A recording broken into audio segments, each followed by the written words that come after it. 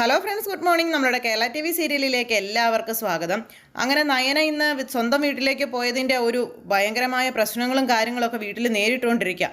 ആദർശിൻ്റെ മുന്നിലാണെങ്കിലും മുത്തശ്ശിയുടെ മുന്നിലാണെങ്കിലും വെച്ചിട്ടാണെങ്കിൽ പോലും ഒരു പേടിയില്ലാതെ ദേവയാനിയോട് ഓരോന്ന് പറഞ്ഞു കൊടുത്ത് ഈ ജലജയും അഭിയും കൂടെ ചുമ്മാ പ്രശ്നങ്ങൾ ഉണ്ടാക്കിക്കൊണ്ടിരിക്കുകയാണ്. ഇവർ പറയുന്ന കേൾക്കുന്നതിനനുസരിച്ച് ദേവയാനിക്ക് ഭയങ്കരമായിട്ട് ദേഷ്യം നയനയോട്. അങ്ങനെ ഓരോന്ന് പറഞ്ഞ് നയനയെ കുറ്റപ്പെടുത്തിക്കൊണ്ടിരിക്കുന്ന സമയത്ത് മുത്തശ്ശി നിന്റെ ഭാര്യയുടെ ഭാഗത്താണ് ശരിയെങ്കിൽ അമ്മയാണെന്നോ മറ്റാരാണെന്നോ നോക്കാതെ അവൾക്ക് സപ്പോർട്ട് നിൽക്കുകയാണ് വേണ്ടതെന്നുള്ള കാര്യം ആദർശിനോട് പറഞ്ഞു.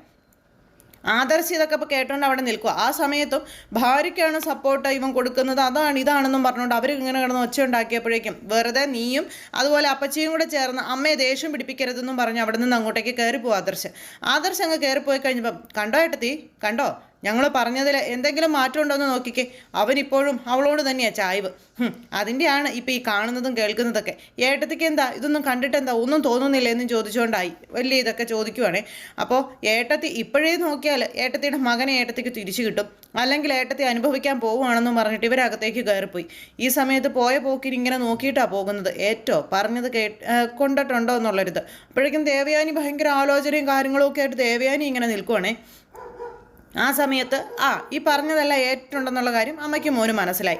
എന്തായാലും ഇത് കഴിഞ്ഞ് അവരങ്ങ് അകത്തേക്ക് കയറിപ്പോയി. പിന്നീട് കാണിക്കുന്ന നമ്മുടെ ആദർശ റൂമിൽ ഇങ്ങനെ പോയിരിക്കുക നയനെക്കുറിച്ച് ആലോചിച്ചുകൊണ്ട്. ഓഫീസിലേക്ക് പോകാൻ റെഡിയായ സമയത്ത് നയന റൂമിലില്ലാത്തതിൻ്റെ ആയ കുറവുകളും കാര്യങ്ങളൊക്കെ എന്തായാലും തോന്നുമല്ലോ ആ ഒരു ഇതിൽ. അങ്ങനെ അത് കഴിഞ്ഞതിന് ശേഷം പിന്നെ കാണിക്കുന്നത് നമ്മുടെ നയനയെയും ഫാമിലിയെയും ആണ്. അവർ ആ ചെളിയൊക്കെ കുഴച്ച് പ്രതിമ ഉണ്ടാക്കുകയാണല്ലോ. അപ്പോൾ അച്ഛനും അമ്മയും രണ്ട് പെൺമക്കളും കൂടെ ചേർന്ന് ചെളിയൊക്കെ കുഴച്ചു ആ ഒരു പ്രതിമയ്ക്ക് വേണ്ടുന്ന സെറ്റപ്പുകളും കാര്യങ്ങളൊക്കെ ചെയ്തുകൊണ്ടിരിക്കും. അപ്പോഴേക്കും കനകം മക്കൾക്കുള്ള ചായയും കാര്യങ്ങളൊക്കെ ആയിട്ട് വന്നു.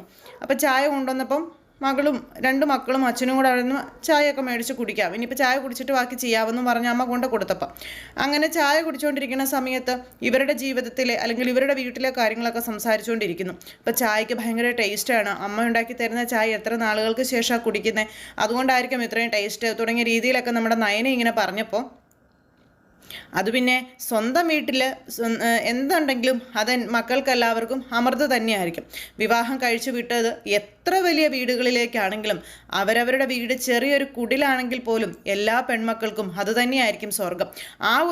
ആ ഒരു സംതൃപ്തി ഒരിക്കലും ചെന്ന് കയറിയ വീട്ടിൽ കിട്ടുകയില്ലെന്നുള്ള കാര്യങ്ങളൊക്കെ കനകം ഇങ്ങനെ പറയുക. അപ്പോഴേക്കും നമ്മുടെ അച്ഛൻ പറഞ്ഞു, അങ്ങനെയൊന്നും നീ പറഞ്ഞു കൊടുക്കരുത്, സ്വന്തം വീടായി തന്നെ ചെന്ന് കയറിയ വീടിനെയും കണ്ടു കഴിഞ്ഞിട്ടുണ്ടെങ്കിൽ കുഴപ്പമൊന്നും ഇല്ല എന്നൊക്കെ പറയുമ്പോൾ അത് അങ്ങനെയൊന്നും അല്ല അച്ഛാന്നും പറഞ്ഞുകൊണ്ട് നയനമോള് അച്ഛനിങ്ങനെ ഓരോന്ന് പറഞ്ഞു കൊടുക്കുന്നു.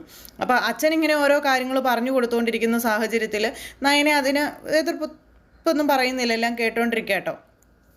അങ്ങനെ ആ ഒരു സംഭവം അവിടെ ഇങ്ങനെ നടക്കുന്ന സമയത്ത് അവിടെ അനന്തപുരിയിൽ ജലജ ഈ വിഷയം വിടുന്നതേയില്ല. അവൾ എന്നാ അവൾ കാണിക്കുന്നത്. അപ്പോൾ എല്ലാവരും കൂടി ഇങ്ങനെ ഡൈനിങ് ടേബിളിൽ ഇരിക്കുകയാണ്. തൊട്ടരികിൽ മകനും ഇരിപ്പുണ്ട്.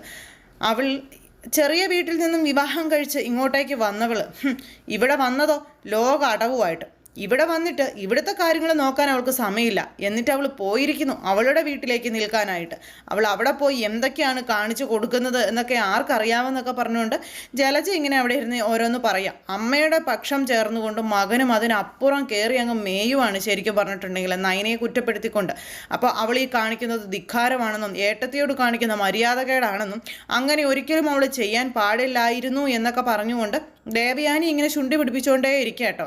ആ സമയത്ത് ഇതൊന്നും വേറെ ആരും അറിയുന്നില്ല, ഇവരിങ്ങനെ പറഞ്ഞു കൊടുത്തോണ്ടേ ഇരിക്കുന്നു. ഇതൊക്കെ കേൾക്കും തോറും ദേവയാനിക്ക് നയനയോടുള്ള ദേഷ്യം അല്ലെങ്കിൽ പക അത് കൂടി വന്നുകൊണ്ടും ഇരിക്കുക.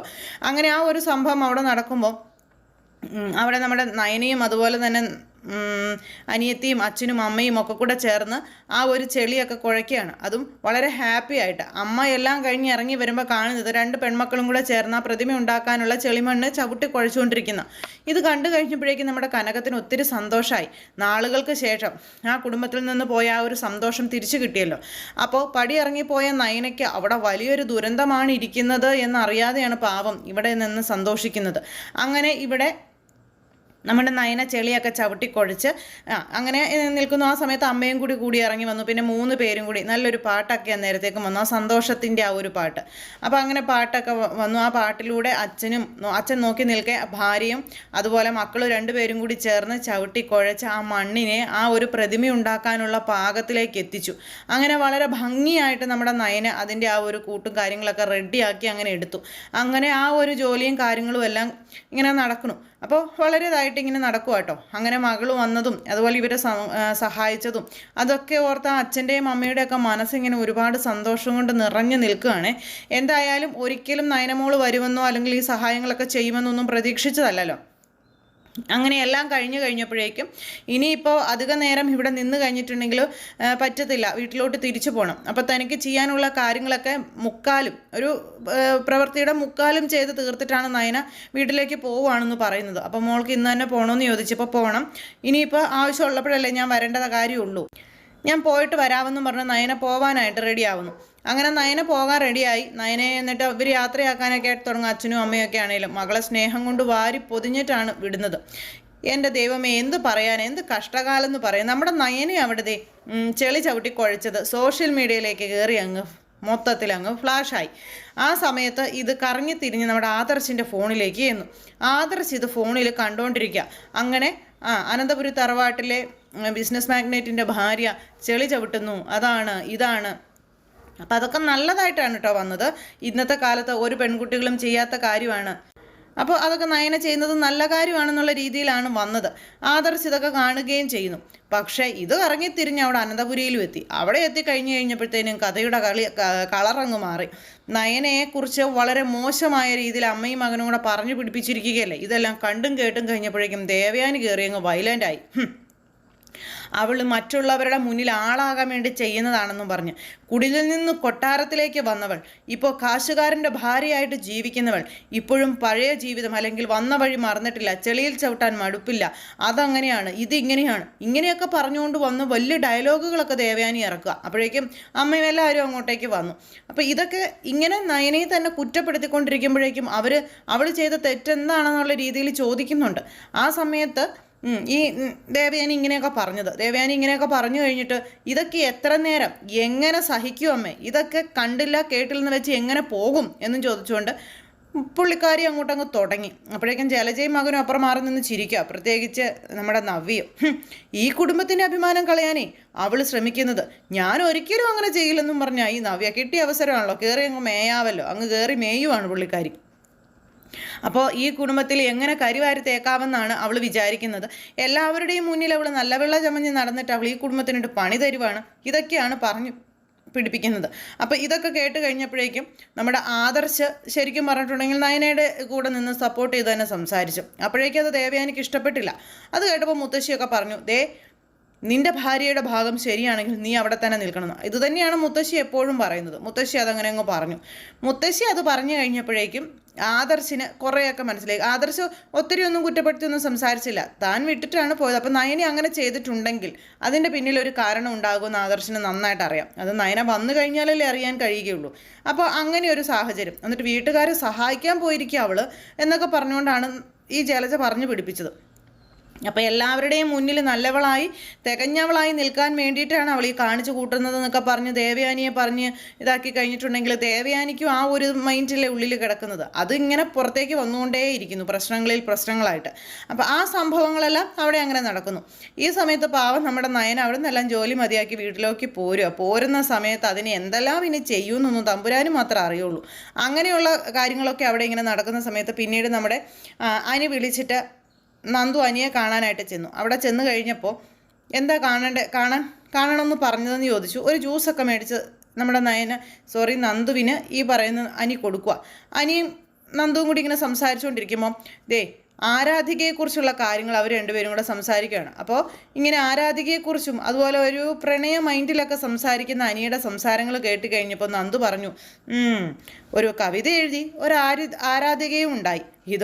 ഇതിനോടകം തന്നെ താനൊരു പ്രണയരോഗിയായി മാറിയല്ലോ അനി, തന്നെ കണ്ടിട്ട് താനൊരു പ്രണയരോഗിയായി മാറിയതായിട്ടാണല്ലോ എനിക്ക് തോന്നുന്നത് എന്നൊക്കെ നമ്മുടെ നന്ദു ഇങ്ങനെ പറയാം. അതൊക്കെ തനിക്ക് വെറുതെ തോന്നുന്നതാണെന്ന് പറയുമ്പോൾ എനിക്കറിയാത്ത ആളൊന്നും അല്ലല്ലോ അനിയുടെ സ്വഭാവത്തിലേ നല്ല മാറ്റമുണ്ട്. എനിക്ക് എന്തൊക്കെയോ ഒരു പ്രശ്നമുണ്ട്, എന്താ എന്ന് ചോദിച്ചുകൊണ്ട് ഇവരിങ്ങനെ നിൽക്കുമ്പോഴേക്കും ആ കടയിലെ ചേട്ടൻ ഓടി ഇവരുടെ അടുത്തേക്ക് വരുക. എന്നാ മോനൊരു ഫോണുണ്ടെന്നും പറഞ്ഞു. ഫോണുണ്ടെന്നോ? എന്താ ചേട്ടാ ഈ പറയുന്നതെന്ന് ചോദിച്ചു ഇവർ. അല്ല, ഒരു പെൺകുട്ടി ഈ ഫോൺ മോന് തരാൻ പറഞ്ഞെന്ന് പറഞ്ഞു. എനിക്ക് തരാനോ? പെട്ടെന്ന് തന്നെ നമ്മുടെ അനിയെ ഫോൺ മേടിച്ച് ഹലോ വെച്ചു. പക്ഷേ അപ്പുറയിൽ നിന്ന് റിപ്ലൈ ഒന്നും ഉണ്ടായിരുന്നില്ല. അന്നേരം ഇതെന്താ ചേട്ടാ എന്നും ചോദിച്ചുകൊണ്ട് അപ്പോഴേക്കും കട്ടായി. ഇതെന്താ ചേട്ടാ കട്ടായി പോയല്ലോ എന്ന് ചോദിച്ച് പറഞ്ഞ് അങ്ങ് കൊടുത്തു കഴിഞ്ഞപ്പോൾ എൻ്റെ പൊന്നു മോനെ, ഞാൻ ഈ കടയിലുള്ള ആളാണ്. അപ്പോഴേക്കും മോൻ ഇവിടെ നിൽക്കുന്നത് കണ്ടുകൊണ്ട് ആ ഫോൺ വിളിച്ച കുട്ടി, ആ നിൽക്കുന്ന ചെറുപ്പക്കാരൻ ഈ ഫോൺ കൊണ്ട് കൊടുക്കാനായിട്ട് പറഞ്ഞു. അതുകൊണ്ട് ഞാൻ ഓടി ഇറങ്ങി വന്നതാണെന്ന് പറഞ്ഞു.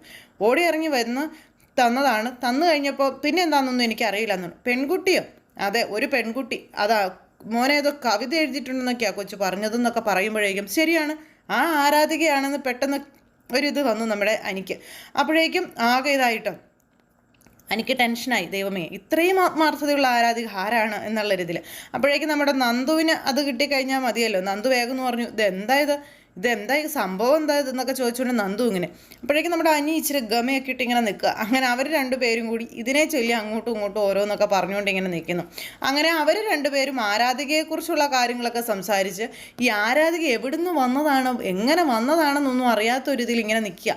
അപ്പോൾ ആ ഒരു സംഭവം അവിടെ നടക്കുമ്പോൾ പാവം നമ്മുടെ നയന എല്ലാം കഴിഞ്ഞ് അനന്തപുരി തറവാട്ടിലേക്ക് ചെന്ന് കയറുന്നു.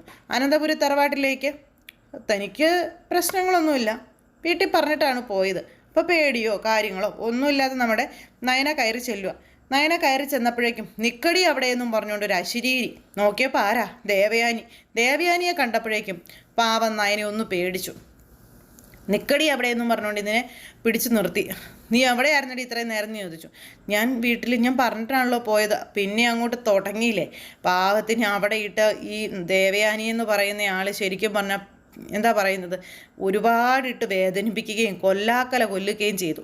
അപ്പോൾ അവളെ ഇനി ഈ വീട്ടിൽ വാഴിക്കരുത്, അവളെ ഈ വീട്ടിൽ നിന്ന് ഇറക്കി വിടണം എന്നൊക്കെയാണ് ജലജ ദേവയാനിയോട് പറഞ്ഞത്. അവളെ ഈ കുടുംബത്തിന് അപമാനമായ അവൾ ഇനി ഈ കുടുംബത്തിൽ വേണ്ട ഏട്ടത്തി, അവളെ ഇറക്കി വിടാനൊക്കെ. അപ്പോൾ ഇതൊക്കെ ഉള്ളിൽ കിടക്കുകയുള്ളൂ. ഇതെല്ലാം ഒന്ന് നയനയോട് തീർക്കാനായിട്ടുള്ള ശ്രമമാണിപ്പോൾ. അതിനാണ് നയനെ അവിടെ പിടിച്ചു നിർത്തിയിരിക്കുന്നത്.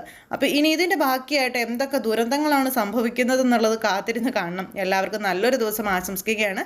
എല്ലാവരുടെയും സപ്പോർട്ടിനും സ്നേഹത്തിനും ഒത്തിരി നന്ദി അറിയിക്കുന്നു. സൂപ്പർ ഹിറ്റ് കഥയുമായി കാണുന്നത് വരെ എല്ലാവർക്കും നന്ദി.